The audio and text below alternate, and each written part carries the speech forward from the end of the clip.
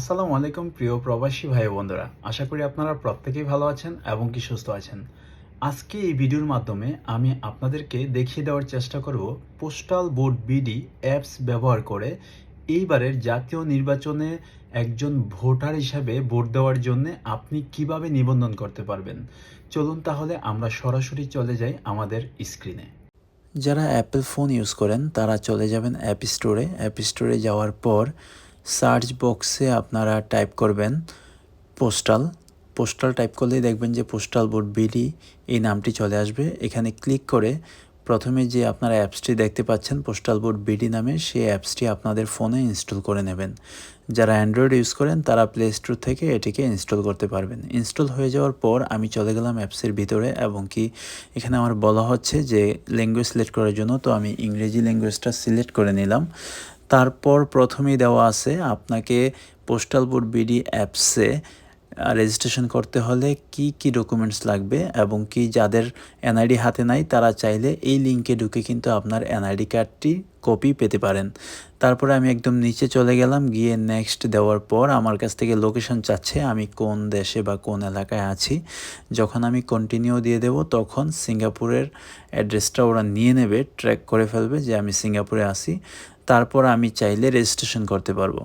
এখন আমি রেজিস্ট্রেশনে যাওয়ার পর সিঙ্গাপুরের অ্যাড্রেস চলে আসছে। তারপরে আমি আমার যে সিঙ্গাপুরের 8 ডিজিটের নাম্বার, সেখানে একটা ওটিপি পাঠাবো রেজিস্ট্রেশনের জন্য এবং কি অপশনাল হিসেবে আমি আমার ইমেল নাম্বারটা দিয়ে দিচ্ছি।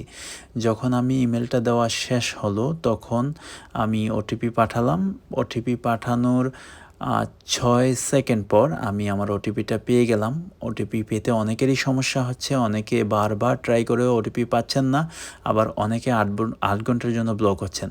যাই হোক আমার বেলায় সেটি হয়নি। তারপর ওটিপি দেওয়ার পর আমি একটা পাসওয়ার্ড সেট আপ করে নিচ্ছি, স্ট্রং পাসওয়ার্ড দেওয়ার সময় অবশ্যই মনে রাখবেন যেন বড় হাতের অক্ষর, ছোট হাতের অক্ষর এবং কি অঙ্ক অক্ষর এবং কি সাইন এগুলো সবগুলো মিলিয়ে থাকে।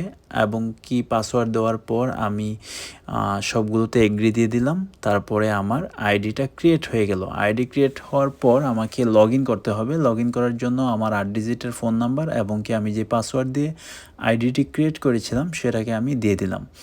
দেওয়ার পর ভিতরে চলে গেলাম। ভিতরে যাওয়ার পর আমি এখন এনরোল নাও করব, মানে নিবন্ধন করব ব্যালট পেপারের জন্য। তো এখানে আপনারা দেখবেন যে বিভিন্ন ভিডিও আসবে কিভাবে পরবর্তী ধাপগুলোকে করতে হবে।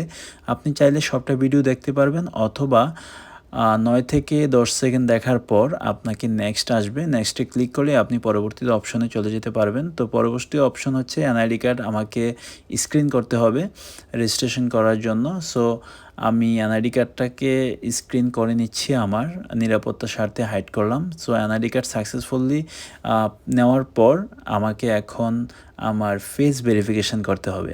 সো ফেস ভেরিফিকেশন করার সময় আপনাকে হাসতে বলবে, আপনাকে বাম দিকে তাকাতে বলবে, আপনাকে চোখের পাতা ফেলতে বলবে।